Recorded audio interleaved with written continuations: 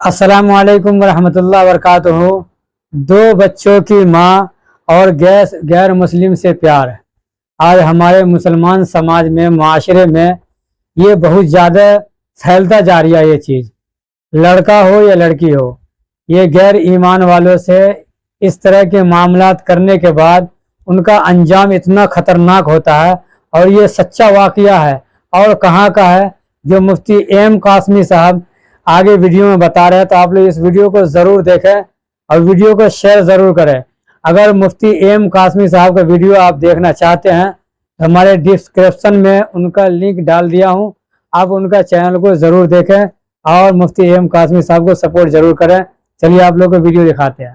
आज जो खबर मैं आप लोगों को बताने जा रहा हूँ, ये खबर भी दिल को दहला देने वाली है। जैसा कि हम लोग खबरें देखते ही रहते हैं, आज ये हो गया, वो हो गया, मुसलमानों के ख़िलाफ़ ये हो गया। मीडिया देखो मुसलमानों के ख़िलाफ़ कैसे साजिश रच रहा है।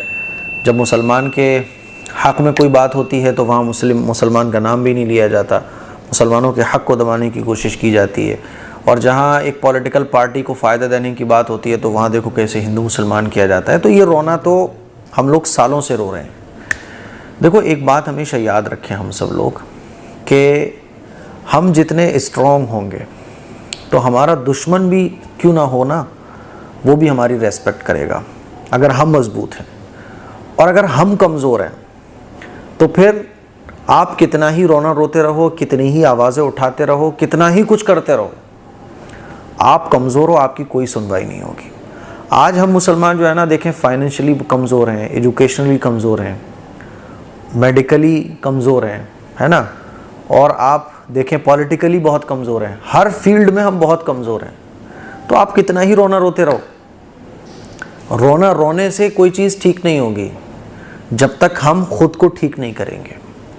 ये जो खबर मैं आप लोगों को सुना रहा हूँ, ये पुणे की है, महाराष्ट्र की खबर है। आप स्क्रीन पे मैं पूरी खबर लगा रहा हूँ, हो सकता है आपने ये खबर देख भी ली हो। बहुत अफसोस हुआ मुझे ये खबर पढ़कर, ये खबर सुनकर। और जो न्यूज़ चैनल था ना, वो ऐसे इस खबर को बता रहा था कि उसने मुसलमान लड़की है ये तो बोला ही नहीं। उस मुसलमान लड़की का नाम क्या है उसका जिक्र तक नहीं किया। हाँ, जो गैर मुस्लिम इसका बॉयफ्रेंड था उसका जिक्र किया उसने, लेकिन मुसलमान लड़की का जिक्र नहीं किया। वो तो इस मुसलमान लड़की के चेहरे से लग रहा था कि ये मुस्लिम है ना। और जो इसके फैमिली मेंबर्स हैं उनके बोलने से लग रहा था ये मुस्लिम है। फिर जब मैंने उस खबर को गूगल किया तब मुझे पता चला कि अच्छा, ये जो लड़की है, ये जो औरत है, ये मुसलमान थी। लेकिन खुदा ना खास्ता अगर इसकी जगह कोई हिंदू लड़की होती और लवर जो है वो मुसलमान होता और ये घटना घट जाती तो फिर कैसा वावेला मचाया जाता।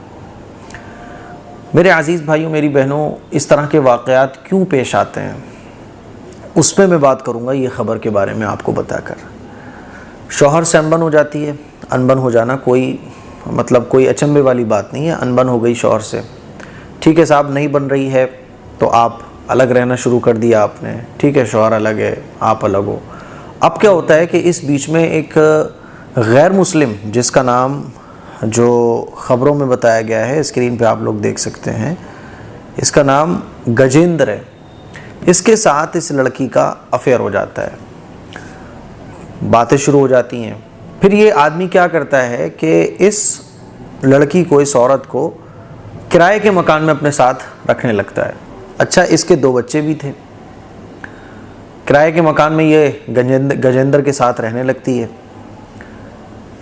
कुछ महीनों के बाद ये हो जाती है उम्मीद से। अब जब इसके पेट में बच्चा होता है तो गजेंद्र परेशान हो जाता है कि भाई ये क्या सीन है ना, क्योंकि मैंने तो शादी नहीं की, मज़े लेने के लिए रखा हुआ था बस। अब इसको फ़िक्र लायक होती है तो ये ले जाता है अबॉर्शन करवाने के लिए, इल्लीगल तरीके से। जब अबॉर्शन करवाने के लिए ले जाता है तो वहाँ जाहिर सी बात है, अबॉर्शन जब इल्लीगल तरीके से होता है तो कभी केस बिगड़ भी जाते हैं, तो कहीं और रेफ़र भी नहीं कर सकते क्योंकि सारा इल्लीगल काम चल रहा है। अब इस औरत की हो जाती है मौत। गजेंद्र क्या करता है कि लाश को अपने साथी के साथ बॉडी को ठिकाने लगाने के लिए ले जाता है नहर के पास। जब इस बॉडी को ये फेंक देता है तो जो 2 बच्चे साथ में होते हैं वो रोने लगते हैं। तो इसको ये लगता है कि ये 2 बच्चे तो जो है किसी को बता देंगे जाके, तो उन 2 बच्चों को भी ये नहर में फेंक देता है। अब जब औरत और बच्चे गायब हो जाते हैं तो उस औरत के घर वाले फिक्रमंद होते हैं, रिपोर्ट दर्ज करवाते हैं, फिर बहरहाल कॉल वॉल सर्वलाइन पे डाल के जो है ना मुजरिम को पकड़ा जाता है। और तब पता चलता है कि ये वाक़या हुआ कि ये औरत गैर मुस्लिम अपने लवर के साथ रह रही थी, और जब इसकी ये माँ बनने वाली थी तो इसको अबॉर्शन करवाने के लिए ले जाया गया, जहाँ पर इसकी मौत हो गई। इसकी बॉडी को ठिकाने लगाने के लिए उसने इसको नहर में फेंका, दोनों बच्चे रोए तो उसने इन दोनों को भी उठा के डाल दिया। आप देखिए इंसानियत से गिरी हुई हरकत। और मैं ये बात बार बार कहता हूँ, बल्कि हर धर्म में ये बात कही जाती है कि अपराधी का कोई धर्म नहीं होता, अपराधी अपराधी होता है। उसके अंदर की इंसानियत मर चुकी होती है, उसके अंदर का ज़मीर मर चुका होता है, वो सही गलत में तमीज़ करना भूल जाता है, बस वो अपने फ़ायदे के लिए चीज़ें देखता है। और देखो शैतान का एक हथगंडा होता है, वो एक जुर्म को ख़त्म करवाने के लिए, एक जुर्म को छुपाने के लिए 10 जुर्म करवाता है ना। अब मैं जो आप लोगों को समझाना चाहता हूँ, देखो कितनी अजीब बात है कि एक मुसलमान लड़की है, ईमान वाली है, कलमा पढ़ने वाली है ना, उसके शौहर से अनबन होती है। शौहर से अनबन होने के बाद वो कहाँ रहने लगती है? गैर मुस्लिम गजेंदर आदमी के साथ किराए के मकान में। तो भैया इसके फैमिली वाले कहाँ चले गए? इसके रिलेटिव कहाँ चले गए? किसी ने नहीं समझाया, किसी ने नहीं पूछा कि बेटा ये क्या हरकत कर रही हो तुम।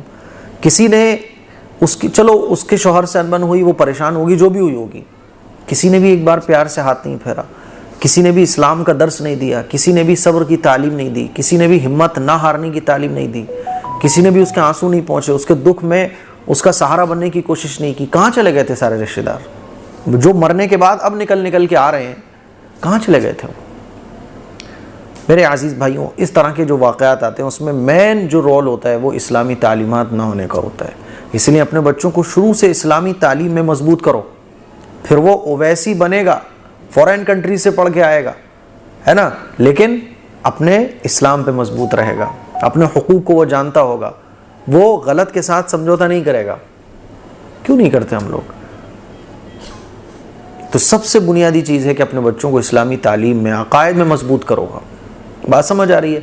दूसरी अहम बात कि जब इस तरह से बच्चियाँ डिवोर्स हो जाए या शौहर से अलहदा रहने लगें तो उनके साथ अपनाइयत का मामला करो, उनके साथ दोस्त बनकर रहें। ख़ास तौर पर माँ है, ख़ास तौर पर खाला है, रिलेटिव हैं।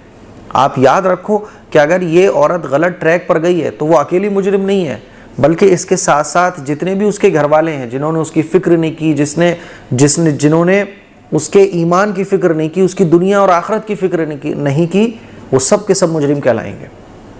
एक आदमी अगर मुझे भटकता हुआ नज़र आ रहा है और मेरे कान पे जूं नहीं रेंग रही है, मुझे कोई फ़र्क नहीं पड़ रहा है, अल्लाह के यहाँ मैं भी गुनहगार होऊंगा कि मैं अपनी आंखों से देखता रहा, मैं समझा सकता था लेकिन मैंने नहीं समझाया, मैं उसका सहारा बन सकता था, मैं उसका सहारा नहीं बना।